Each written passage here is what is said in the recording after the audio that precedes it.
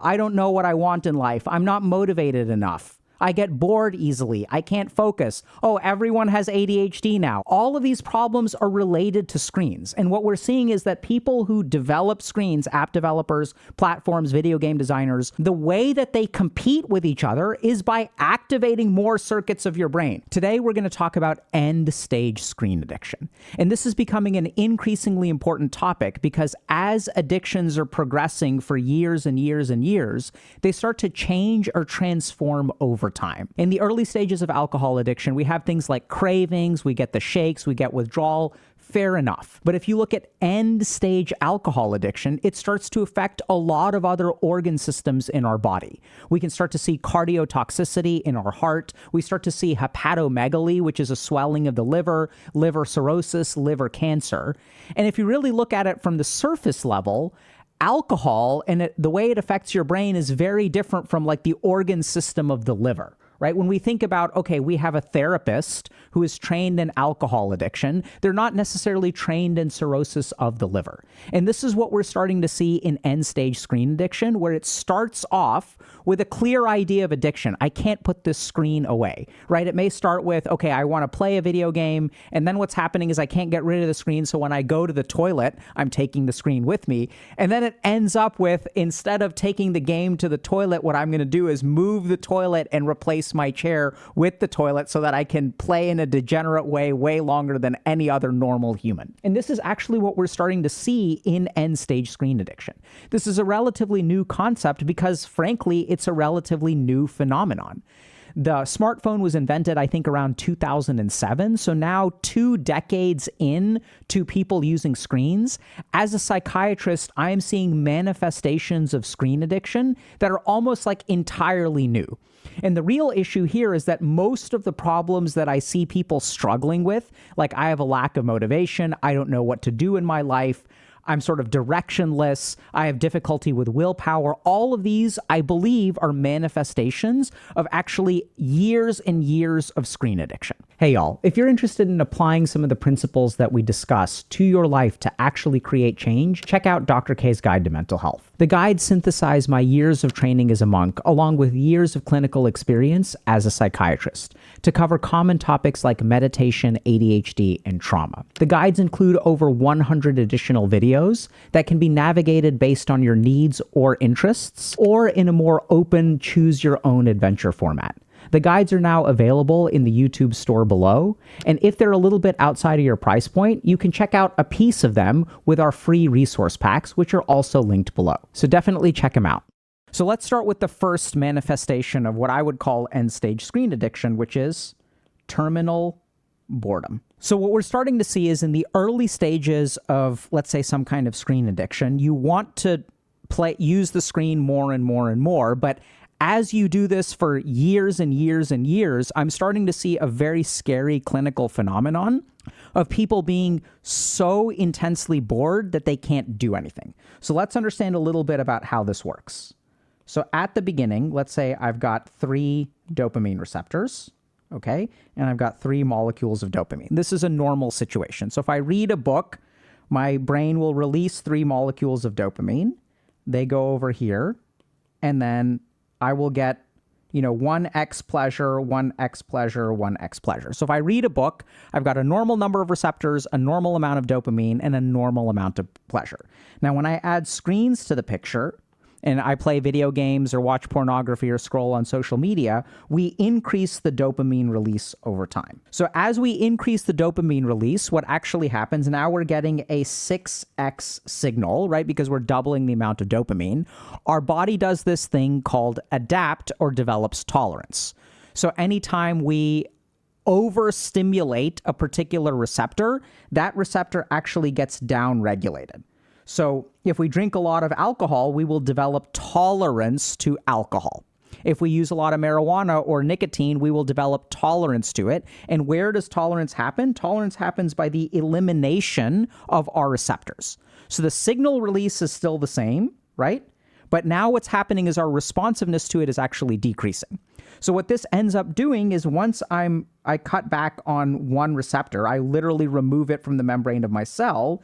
Now the video game, instead of giving me a 6x response, is now giving me a 4x response because there's only enough space for 4 of these molecules. So what tends to happen over time is this situation gets worse. So the less fun games become, the longer we have to play them. So now what I'm doing is I'm increasing my signal to 9x, and I'm super saturating my receptors. So now I'm back to a 6x signal, right?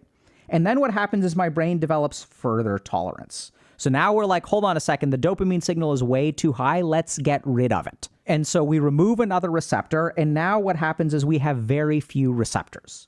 So what does this look like over time? So the stage 1 of this addiction is games are fun. Stage 2 of this addiction is games are less fun. Stage 3 of this addiction, which a lot of people have experienced, is that other things are less fun, right? And so this happens a lot where when you play a lot of games, and we saw this like, a few years into technology addictions developing, like even when I started streaming 5 years ago, many people would say, okay, I have a lot of trouble. Things just aren't very fun for me.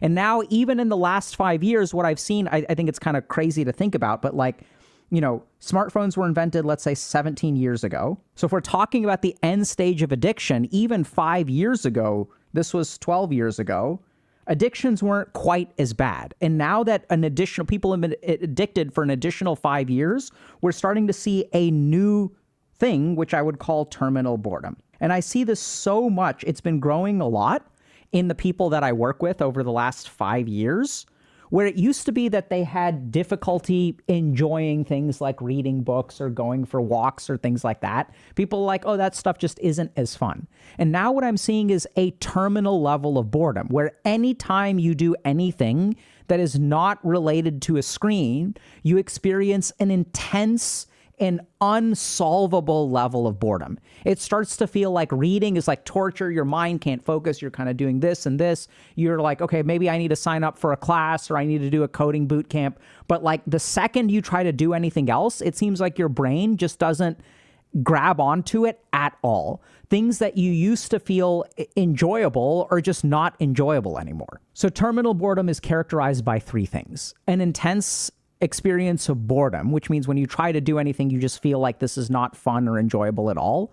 The second thing that I've started to see is almost a physiological restlessness or physical discomfort when you're not using a screen. And the third thing is an inability to focus your mind on anything that is not screen-oriented or highly dopaminergic. What people end up with is an inability to do anything that is not like related to a screen. This is how we're seeing these people like NEETs, right? Not in education, employment, or training, or people just feel really crippled in other dimensions of their life. The second thing that I've started to see, which is super scary, is something that I'd call an introspective failure. So introspective failure starts with doing my work when I'm supposed to and using my free time gaming. Over time, what this results at is missed opportunities, right? So what happens, what I'm seeing more and more of is like, okay, I finished my first year of college, I kind of got B's, but in the summer, instead of doing an internship, this is free time, so I'm going to do more gaming, okay? And as we start to miss out on opportunities, our possibilities in life, this is the range of my possibility when I'm a freshman in college, and then I skip my first set of internships in my first summer, right? So this is the gaming during the summer. Now my range of possibilities is narrower, and then I don't do extracurricular activities because I'm going home and I'm gaming in my free time, which means that I'm spending I lose out on more opportunities. And then eventually what happens is I graduate from college, but I don't have any extracurriculars. I haven't done any internships. And so then this ends up with, it's very, very, very difficult for me to have a job. So it starts out that gaming or screen time is eating up our free time, and then we end up with a very, very narrow range of stuff. So the other thing that tends to happen here is if you look at this trend, what's happening? Our screen time is increasing. And so as our screen time increases, this creates a second problem, which we know that screens, doesn't matter if it's social media, doesn't matter if it's pornography, video games, suppress our amygdala and limbic system. So what this results in is decreased emotional awareness, right? So when I'm not feeling good about myself, I can play a game, and a game will artificially give me a sense of pleasure or joy. And then when it gives me that sense of pleasure or joy, it'll also suppress the shame, the sadness, the anxiety, or whatever. So what I'm starting to see is something that I would call introspective failure, which is a combination of loss of opportunities and a heavy amount of emotional suppression. So what this kind of results in is at the very beginning, it's like, okay, I'm going to major in this particular thing. I want to be a programmer when I grow up. Maybe I want to work for a video game company. And over time, as I have fewer and fewer opportunities, as I don't socialize with people, as I don't have a mentor and an internship, as I stop doing extracurriculars, my view of what I want from the future starts to narrow, right? I don't really know what the possibilities are because they're all just vague possibilities in my mind. So I don't really know what's out there. And as I don't know what's really out there, that combined with suppressing my internal signals results in an inability to understand what I even want from life.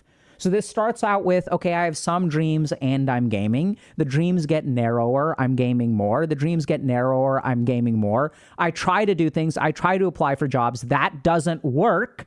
So I can't support those kinds of dreams. Then I have difficulty socializing with my friends because they're so much further ahead of me. I can't relate to them. They're going on vacations because they have intro level developer jobs and they're making $120K a year and I'm not making any money. So I fall further and further behind. And as I fall further behind, my technology use increases. As my technology use increases, my emotions get suppressed. And this ends up with being completely directionless in life. I don't know what I want.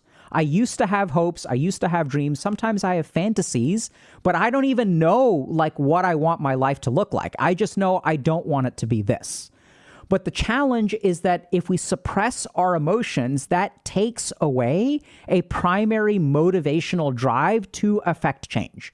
So if we think about emotions like sadness, anger, shame, what is the purpose of these emotions? When I feel ashamed, that's my brain giving me motivation. Hey, don't ever feel ashamed again. Therefore, you need to change your appearance. You need to change the way that you talk. You need to get into shape. You need to make more money. Shame is something that drives us towards corrective action. But what I'm starting to see is this introspective failure where people don't even know what they want anymore as a consequence of lack of opportunities and a lack of being able to connect with yourself. So once we get into this introspective failure, then we sort of result in people really being stuck. Because in the past, the problem was I know what I want, but I can't bring myself to do it. And we eventually 8, 9, 10 years after doing this stuff, I don't even know what I want anymore. And if I don't know what I want, how on earth am I supposed to find motivation? Because now I even it's not about a lack of motivation. It's about a complete lack of direction plus a lack of motivation. Now, there's another thing that kind of relates to this, which is the third thing that we're going to talk about, the third feature of end-stage screen addiction, which is a lack of willpower. So this is really important to understand. When we say a lack of willpower, what a lot of people who use screens will do is they'll say okay, this is where I am. This is where I want to go. Okay, this is the direction I want to go. But I cannot bring myself from here to here. I'll get distracted. I want to play video games. I want to watch porn. I want to eat a Hot Pocket, right? I want to exercise, but I can't bring myself to do it. I lack willpower. I lack discipline, et cetera, et cetera, et cetera. So this is what they describe, but this is not actually a lack of willpower. So let's understand how human behavior works, okay? So if a human being wants to go from here to here, this involves two things. There is a motivational drive plus a willpower to overcome resistance, okay? This is what results in behavior. Does that kind of make sense?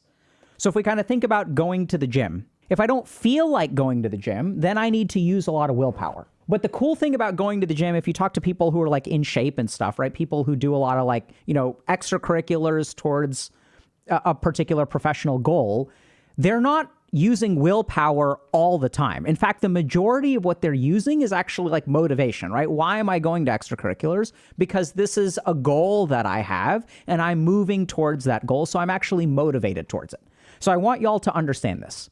The less motivational drive you have, the more willpower you need in order to act. And so what gamers will experience, what end-stage screen addicts will experience is I don't have enough will. That's correct. They'll say, I don't have any willpower. That's incorrect. What it really is that I don't have enough willpower.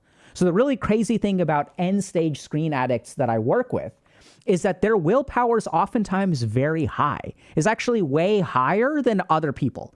Now, this may sound insane because you're sitting there and you're thinking to yourself, I have no willpower. So let's use an example, okay? So if you take someone who has a mood disorder like depression, this person doesn't do much throughout the day, right? They have difficulty. They can't even get out of bed. And if they get out of bed, we look at this person and we say, and this person subjectively believes, I have very little willpower. I can barely get out of bed. But them getting out of bed is not a deficiency of willpower. It is a complete loss of motivation. This is something that we call anhedonia or amotivational drives. These are common in depression. So the only thing that they can use to get out of bed is actually a very high amount of willpower, because most of us, when we wake up in the morning, we're lucky enough to want to get out of bed, right? When you wake up in the morning and you get out of bed, why do you get out of bed? Because you feel like peeing, because you want your cup of coffee, because you're ready to start the day, because you want to be finished with work, might as well get it over with. Or you wake up on a Sunday and you're like, I have nothing to do today. I can't wait to get out of bed and do something fun. So what we really see in depression is not a failure of willpower, it is a failure of motivation. And this is what we're starting to see in end-stage screen addiction. Now, you may say, but Dr. K, didn't you already talk about that? Didn't we talk about introspective failure and sort of like not having a lack of, or having a lack of motivation? Fair enough. We'll talk about motivation a little bit more at the end. But let's understand the mechanism for this lack of willpower, and y'all may be surprised, okay? So we have a brain, and in our brain, we have different circuits. We have different anatomical portions. And we also have a cycle that looks like a Metroid. Holy Jesus. Cool. Metroid. Okay. So in our brain, we have all these different circuits, and we have all these different biological drives. So we have a drive towards agency. This means I want to be in control of my life. We have a drive towards mastery. I want to get good at something. We have a drive towards socialization, or let's call it community, actually. I think that's a better word. So we have a drive towards community, right? So we want to connect with others. We have a drive towards identity. We want to be someone in life, right? I want to be proud of the person that I am. I want to be able to hold my head up high. I want other people to speak well about me. They're like, oh, who is Alok? Who is Dr. K? Oh, Dr. K is really cool. Like, we all want this, right? And last thing that we want is safety. We have a very fundamental human drive. I don't need to put anything here because safety is safety. We have a fundamental human drive of wanting to be safe. So if we look at the human brain, these kinds of drives motivate us to act. Okay, so there's a really great example of this, which is psychologists were looking at like why children don't give up when they're doing things like learning how to walk, right? So if you think about a child who's learning how to walk, it's just full of failure. It's like you don't even know how to use your friggin' legs or your feet. Like, you suck at this, kid. You completely suck at it. And yet children, despite the fact that they fall, despite the fact that they hurt themselves, despite the fact that it's really, really hard, children don't give up when it comes to learning how to walk, right? So as like a 25-year-old NEET, like it's very easy for me and you to give up on things. That's what I did. I gave up on life when I was like 18 or 19 years old. But for some reason, kids don't give up, even though objectively they experience way more failure than an adult does. So what is it that drives a kid to learn how to walk, to learn how to pick up objects? It turns out that it's this thing called intent to mastery. So not just human beings, but even if you look at like, monkeys or birds, they're driven to become good at stuff. So we see the intent to mastery also manifest in things like, why do people respect me for going to Harvard, right? That's more respectful than, let's say, going to the University of Texas, which is where I did my undergrad. Why is that? Why do people respect Olympic athletes more than like amateur athletes? So we have this societal level thing where the harder something is to do, the more you master it, the more we respect it. So that's just one example of the intent to mastery, but we also have a desire to be in control of our lives, right? All human beings want to be in control of our lives. All human beings want a sense of community, unless you've got like schizoid personality disorder. All human beings want to be safe. All human beings want to be proud of themselves. So what does this have to do with motivational drive? Really important to understand. So the problem with technology is that it tricks us into satisfying these drives. right? So when I look at, let's say I play a MOBA, and what do I want to do? Like I was playing with someone yesterday who spent 10,000 hours playing a MOBA, okay? So I want y'all to think about this for a second, right? So Malcolm Gladwell has this 10,000 hour rule. Medical school is about 10,000 hours. Residency is probably even a little bit more. But like, I know people who have spent 10,000 hours in 2 separate video games. Let's say something like an FPS and a MOBA. Like, I know people like this who spent 10,000 hours. And in those 10,000 hours, I did med school. I'm not like trying to like a humble brag or flex or anything. I'm just pointing out to y'all like how much time we spend on this stuff, right? This is how long it took me to become a psychiatrist. This is how long it took me to get through medical school. And we have people who will spend 10,000 hours doing this. I probably spent close to 10,000 hours playing video games like in high school and college, right? So I'm in this camp too. But if you stop and think about it, why the hell do people spend this much time playing video games? Like, what the hell is going on in their brain where they can do this day after day after day after day after day? Dopamine is insufficient for this. Because if you look at playing these games, what happens? I get this trophy, woohoo! And then I get this trophy, and then I get this trophy, and then I get this kind of trophy, whatever, right? And then it has these sparkles over here. So if we look at video games, the tricky thing that they do is that they start to satisfy all of these drives. They give me a sense of control in my life because the real world, I don't control anything, right? I don't control how much money I make. I don't control whether people like me or not. But in the video game, I can play a single player RPG like Baldur's Gate and I can have complete control over everything. I can even open up console commands and essentially be a god within the video game. When it comes to mastery, games and social media and all these tech platforms are really good at giving you trophies and giving you a sense that you've progressed, right? Gamification. I once went to a conference at Harvard Medical School where people were talking about like the gamification of a mental health app. How can we turn a mental health app into a game so that people stick with it, so that they become addicted to it, but for their own benefit, right? I'm going to addict you, but it will be good for you. We get a sense of community. So as we make more and more friends on Discord, as we have these online relationships, our drive to connect to other people actually decreases. Then we start to develop an identity, right? So I'm on the internet, I'm Nubs. Right? So you start to develop a identity of who you are. You have a character, you have cosmetics, and gaming companies understand this. We have social media is all about crafting an artificial identity. And then the other beautiful thing is that the internet is a very safe place, right? Because if I don't like someone, if I don't like my boss, or if I get bullied at school, I have to deal with them tomorrow, right? I don't get to run away from my bullies. I have to go to school every day. That's something that I lived for 10 years of my life, is facing my bullies every single day. And if I don't like my boss, like I have to stick with it for a little while. But when it comes to video games, hey, I don't like this person. The games give us the opportunities to block players, to avoid players. I never want to see this person again. If I screw things up with one group of online friends, I can just go join a different online group of friends. If I get banned from one community, I can go to a place where I feel safe. Now, the biggest problem here is that it's not that these things just gratify these needs. It's that when you use technology, when you use social media to craft a sense of identity, when you use cosmetics to craft a sense of identity, the problem is that it depletes your motivation to fix it in the real world. There are just enough parts of your brain that get fooled by the artificial or virtual activation of these needs that then your brain doesn't feel hungry anymore to fix things in your real life, right? When I go home and I'm feeling lonely and I hop onto Discord and I'm hanging out with my friends, the drive, the need, the desperation to connect with other people just becomes something that I feel at the edges of my day, right? When I'm going to bed at night, I kind of think back and I'm like, man, I really long for human touch. Sometimes when I'm taking a shower, I start to think about how lonely I am. But then the moment that the shower stops, I have something playing on my phone and Arrested Development is so great.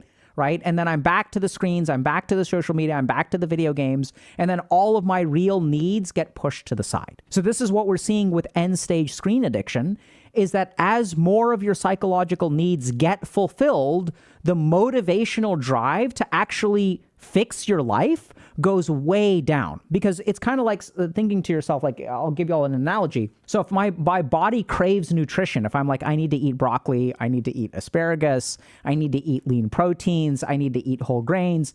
If I eat a couple of Twinkies and Doritos, even though I'm not satisfying my nutrition, I'm getting a ton of artificial calories, and that kills my sense of hunger, right? So I was talking to a streamer who's like eats this cheesy rice, and they're so calorically deficient, they're so starving because they've been suppressing all of their hunger signals, all of their nutritional signals, that after a 10-hour gaming binge, they'll like make a pot of rice and then they'll add like cheese to it, and like they like mac and cheese, but just rice. And then you scoop it into your face. So this is what technology is doing to us. It's basically the cheesy rice for our brains.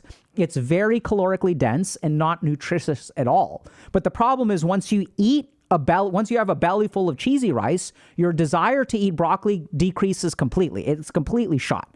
So in the end stage of screen addiction, what starts to happen is at the very beginning, we're getting part of our needs met in the real world, and then we get some enjoyment out of life. But out of video games. But over time, what happens is we get fewer and fewer psychological needs met by the real world, and then we rely on the virtual world to fulfill my sense of being good at something, right? This is why people tilt so much in video games. It's like, I feel like such a loser in real life that I really want to dumpster some crappy POS noob. I'm going to put this person in their place in a Reddit argument about quantum mechanics and philosophy, or in a video game when I'm going to aim hack in Deadlock because I need to feel like a winner. Right? So this is what happens. And as we feel like a winner in a game like Deadlock or whatever, aim hacking, whatever happens, then that part of our brain gets a little bit satisfied. As it gets a little bit satisfied, our motivational drive actually decreases. As our motivational drive decreases, we do less in the real world. As we do less in the real world, then something scary happens. We become dependent on the screen to fulfill our psychological needs. And that's ultimately what end-stage screen addiction looks like. It's a lack of willpower, which is not a lack of willpower. It's just you can't use willpower to substitute for a motivational drive at all, right? So if you're struggling with end-stage screen addiction, I want you to think about the subjective experience of doing something healthy, of stopping to play the video game. Just look at yourself and look at how Herculean your effort is. It is so hard to leave the house. It is so hard to go for that third job interview after you've been rejected from the first two. If you really look at yourself, it's not that there's a lack of willpower, it's that the amount of willpower that you need to overcome your resistance is so high. So that's because there's a lack of a motivational drive. You really don't feel like doing it, right? So everything that you have to do has to require a ton of willpower. Let's talk about decay of motivational drive. So this is step number 4. Now, y'all may be saying, but Dr. K, didn't we just talk about lack of motivational drive? Yeah. So we've talked about 2 systems, but now we're going to tie everything together. So what I see in people is not just a lack of willpower, but an overall failure of motivational drive. And this has a couple of different components to it. So we have to understand what dopamine does. Okay, so now we're going to talk about dopamine. So dopamine gives us pleasure, gives us behavioral reinforcement, and gives us craving. So one is the psychological needs that get fulfilled through games and how that creates a lack of motivation. But then there's also motivation on a very specific dopaminergic nucleus accumbens level. So let's understand this. So if I eat a Twinkie, I get a rush of pleasure. And the part of my brain that gives me a rush of pleasure also creates a desire for a Twinkie tomorrow. That's what we call behavioral reinforcement. So I'm going to want a Twinkie tomorrow. And then it also creates craving, right? So the way that we reinforce behavior, the way that we get the human organism to repeat the behavior is by giving us a craving. Now, this is a huge problem because when I do something like play a video game, I get a rush of pleasure and then I create a craving to play the video game tomorrow. So what I'm actually doing is motivating myself tomorrow to play a video game. The moment that I have fun with something, I feel motivated to do it again. So if we look at something like falling in love is also mediated by dopamine. I'm not talking about being attracted to someone, and I'm not talking about being in love with someone in a long-term relationship. So if you really look at the process of falling in love, where you're like, oh my God, I just want to touch this person. I just need to be in their presence. I want to smell, oh my God, just everything about them. Oh my God, I can't stay away. That falling in love, that intoxicating falling in love, is mediated by our dopaminergic circuitry, okay? So it gives us pleasure and it creates cravings towards that thing. So now we run into another kind of motivational drive problem, which is that once we start using our dopamine on screens, we have less dopamine available to reinforce other behaviors, okay? So this is important to understand. When it comes to dopamine, we have a fixed quantity of dopamine in our brain, okay? It gets stored in these things called vesicles. So we have these little pouches of dopamine that then get released out into the space between two neurons, and then they float over to our dopamine receptors, okay? This is how it works. Now, the really interesting thing is that we used to think that once we release dopamine, it gets repackaged and we can use it again, which is somewhat true. But clinically, what I've really observed is that you basically have a fixed amount of dopamine every single day. Now, what that means is that, I hope this makes sense. So remember that dopamine creates behavioral reinforcement and craving. So the way that you spend your dopamine today determines what you will want to do tomorrow. So for example, today, I'm just going to be straight with y'all. It's Saturday at 2 p.m. I'm working. Okay? Why am I working on a Saturday at 2 p.m. instead of taking a day off? It's because when I wake up in the morning, I've got a fixed amount of dopamine, and what I'm going to do is make a video. Now, if we think about it, if I have a ton of dopamine and I make a video, like, I'm loving this right now. Y'all can look at my face like this is a hype, right? Like, I'm doing something good for the world. I feel good about it. It's fun. So now when I make a video, I'm going to get 8 units of dopamine released. What this means is that tomorrow my desire to work, because I have dopaminergically reinforced doing work on a weekend. Right? This is how I work 6 to 7 days a week. Because when I wake up first thing in the morning, what I try to do is do some work, and then you feel good about it. Like, y'all know what I mean? Think about the subjective experience of when you wake up in the morning, you're like, I'm going to like take care of some work today. And then noon rolls around and you're like, I've gotten so much done, because you have utilized your dopamine to reinforce your desire to work. I have now motivated myself. And if you do this properly, you can even create cravings for work. Like, it's beautiful. Now, the problem with end-stage screen addiction is that we wake up in the morning, we have a limited amount of dopamine, right? We've developed tolerance, so instead of 3 dopamine receptors, I only have 1. I play a game, and then I release a lot of this dopamine over here, right? So here's 8 units. And I get 8 units for 1 unit of pleasure. So then what happens, since I'm resistant to the dopamine, I have to play something else, I have to watch anime, I have to eat other kinds of food. Now I've suppressed my hunger signals. I'm going to use my last 4 units of dopamine to get a little bit more pleasure. And then my dopamine stack is empty. And once my dopamine stack is empty, I try to work. And then the problem is, once my dopamine stack is empty, I don't enjoy it, right? Do y'all enjoy work? Of course not, because you have no dopamine left. And if you have no dopamine left, you can't enjoy work. And if you don't enjoy work, there will be no craving, no motivation, or no behavioral reinforcement. So this is what I tend to see in end-stage screen addiction. This process has gotten so bad that their dopaminergic tolerance is so high that even if they do some amount of work, they don't feel any pleasure from it, right? And if they don't feel any pleasure, that means we're not activating our dopaminergic circuitry, which means I won't get behavioral reinforcement and I won't create cravings for myself. The last dimension of end-stage screen addiction is executive dysfunction. So our frontal lobes do 2 things. They plan, well, they do a lot more, and execute actions, and they control impulses. So if you look at people who are like normal, what they end up doing is planning for the future, right? They're like, man, I'm going to go to, so I had friends like this, right? So when I was in high school, I had friends who were also going to be doctors.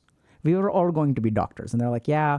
So one of my friends applied for a 6-year accelerated medical program where you basically go straight into med school after high school. And she was kind of committed to doing what she wanted to do. They plan and they move towards a particular future in a very like focused and aggressive way. What our frontal lobes do, they take abstract goals and they break them up into pieces. Like if I think about, okay, I want to be happy.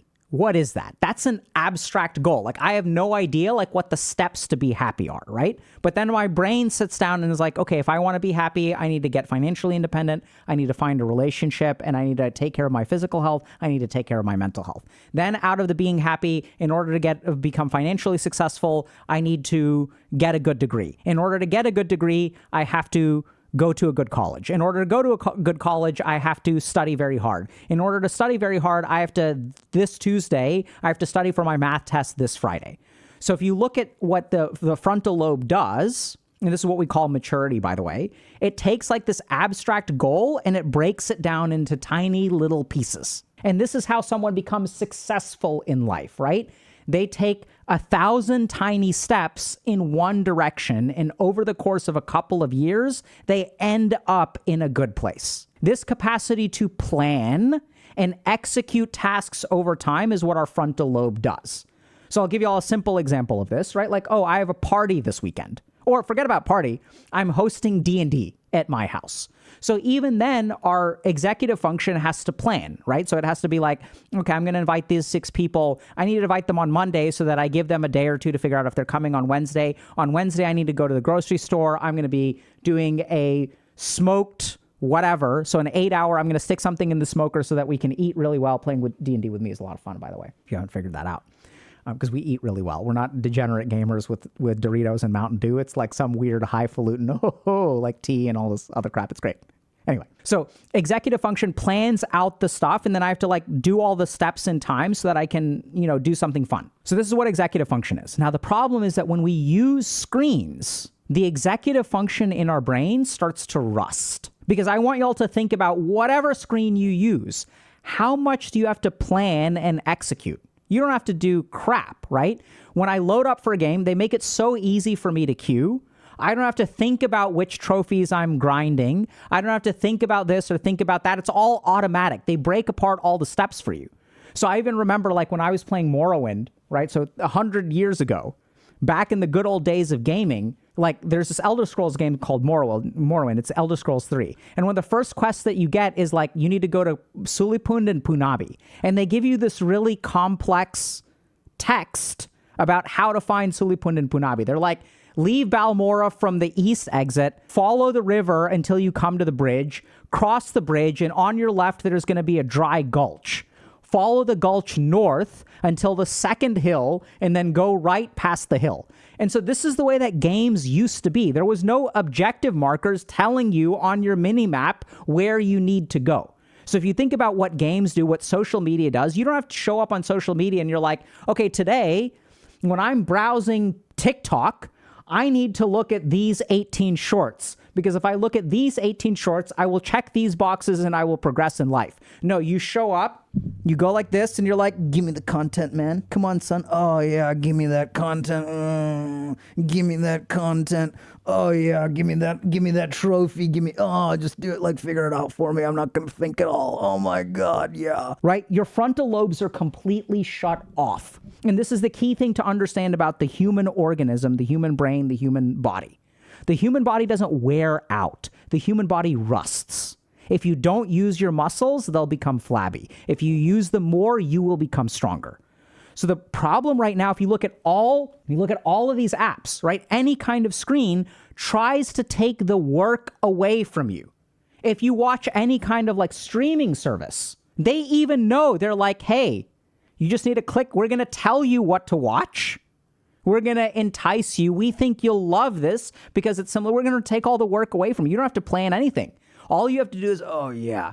And then, we figured out that you need to autoplay. We're even going to skip the credits. It used to be in streaming services, like you'd have to watch the credits or you'd have to manually move to the next episode. But these streaming services have figured out, that's too much to fucking hitting next episode is too much to ask of you. We're going to do it for you, right? We're going to autoplay the next episode. We're going to skip past the intro because we figured out you don't like watching the intros, right? We're going to give you the option. It's really easy to skip past the intro. We're going to do things for you easier and easier and easier and easier. We are going to make your frontal lobes more and more rusty. And as we use technology like this, what I've started to see is an end-stage screen addiction. People literally do not know how to plan their lives. They can't take an abstract issue like, I need to move out of the house. They don't know what the steps are. And it's not that they're dumb or anything. It's that the part of their brain that takes moving out of the house and breaks it up into pieces stops working. Now, the second thing that happens that all these screens have gotten really good at is impulse control. So the whole problem with impulse control is that our brain, our frontal lobes normally control our impulses, right? So when I sit down to study, my brain will be like, let's not study. Let's use this. And then and then I have to control it. My brain is like, no, we're not going to give into that impulse. We're going to sit down. We're going to focus on studying. There's impulse control. I have an impulse to stop studying, and I have an impulse to, I don't feel like going to that party. I have an impulse to not go to the party. So I'm going to ignore the party. I'm going to just stay home. It's an impulse. I have an impulse to stay in my bed and binge watch another episode of the show, as opposed to getting out of my bed and showering. Right? These are all impulses that we have. The impulse to stay still, the impulse to queue for another game, can't quit on a win, can't stop on a loss, right? Or can't quit on a loss, can't stop on a win. So this is what happens. So our frontal lobes control our impulses. But now what's happening is the more we use technology, they're not trying to get us to control our impulses. They are activating impulses for us. So if you look at what's happening with all technology, they're making it easy for you to keep watching. You don't have to restrain or control yourself at all. We're going to autoplay the next video. We're going to show you more bright sounds and more bright colors. Right now, after a game, there's an MVP thing. And have y'all ever wondered this? Sometimes I wonder whether everyone sees the same MVP at the end of a game. Which video game company out there has figured out, you're going to be MVP 30% of the time. That's the fixed rule. And other people may see other kinds of MVPs, but why is it that MVP has to be the same person on every single match, right? It's kind of bizarre. But this is what video game companies are doing. They're figuring out how to control your impulses by making it brighter, by making it faster. So short form content is really good at this, where they're like, okay, if you have an impulse to scroll, we're going to make it so easy for you to scroll. Bored with this? No problem. Just touch, just a little bit, just a tiny little touch, and we'll give you the dopamine. You don't have to restrain your impulse. You don't have to make it to the end of the video. Ridiculous, right? Make it to the end of the video until you unlock the next one? Hell nah. We're going to make it so easy for you to give into your impulses constantly. And all these platforms are fighting a war where they're trying to give into your impulses more and more and more. If you get bored with TikTok, you're going to jump over to YouTube Shorts. If you get bored with YouTube Shorts, you're going to jump over to Instagram Reels. So all these platforms are fighting, and the key thing that's happening is the more time you spend on them, the less control you have over your impulses. So as you use technology for 5 years, 6 years, 7 years, I'm seeing a decay in executive function, a decay in the ability to control our impulses, a decay in the ability to operationalize tasks, break tasks apart, split them up into their pieces, which, by the way, requires impulse control, right? If I'm planning a party, I have to stop playing games so that I can go to the grocery store. Those two things get really tied together. So this is the other feature of end-stage screen addiction. And the last thing to consider is that so many of the problems that we see today, these problems of lack of willpower, I don't know what I want in life, I'm not motivated enough, I get bored easily, I can't focus, oh, everyone has ADHD now, I have social difficulties, we didn't even get to that. All of these problems are related to screens. And what we're seeing is that people who develop screens, app developers, platforms, video game designers, the way that they compete with each other is by activating more circuits of your brain. There was single player RPG, and then we added MMOs, a multiplayer component. Then we added progression. You can play games like Genshin Impact or FF14 and never beat the game. There is constantly more agency, more mastery, more community, more identity. Oh yeah, I'm Grand Marshal of whatever. I'm Gladiator, rank. I'm this rank. I'm that rank. I'm Immortal rank. I'm Challenger League. They're giving us all of these things to activate different parts of our brain. And so as they're activating all these kinds of things, it's manifesting as so many of the problems that we see in today's world. And what's going on? Everyone's got a lack of willpower. They can't focus. Everyone's ADHD now. And what's the one big correlation? Technology use has risen to 4 hours and 37 minutes per day for the average person. This can go as high as 6 or 7 hours. Like, I know y'all, this is the HG community. So 4 hours and 37 minutes of screen time is amateur hour for us. I think that's cell phone use, by the way. So that doesn't include other screens, right? Crazy. Amateur numbers over there. God tier gamer like myself, goated gamer of all time, goated NEET of all time. I can, those are rookie numbers, son. So if you have any of these problems, chances are it correlates in some way to your screen time usage. This is what I've seen clinically. And we don't even have studies for this stuff because like this stuff is so new, we don't even think, we're still debating whether video game addiction is a real thing or not.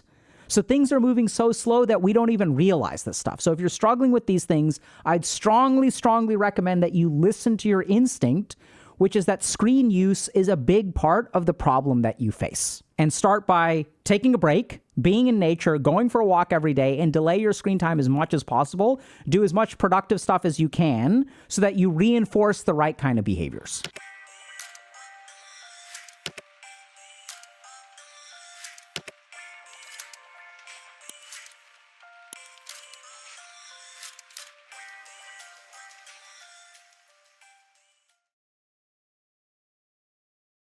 These